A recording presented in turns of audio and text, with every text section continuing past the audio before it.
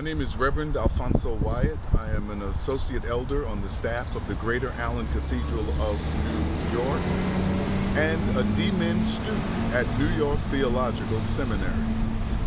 When I think about what's going on and when I look at the news, my heart, as I'm sure the hearts of many are broken.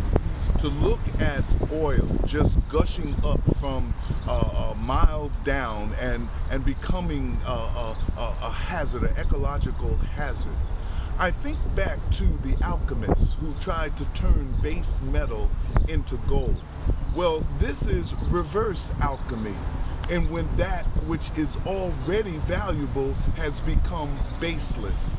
I believe that is a metaphor and a reality that we must heed. That it's not just about greed, it's not just about who controls the resources, but it really is about stewardship. I believe that as the top of the food chain, the ones like human beings that have the ability to make decisions, conscious decisions about the ecology, that is not a right, but that is a responsibility. And I believe that we're going to have to come together like never before.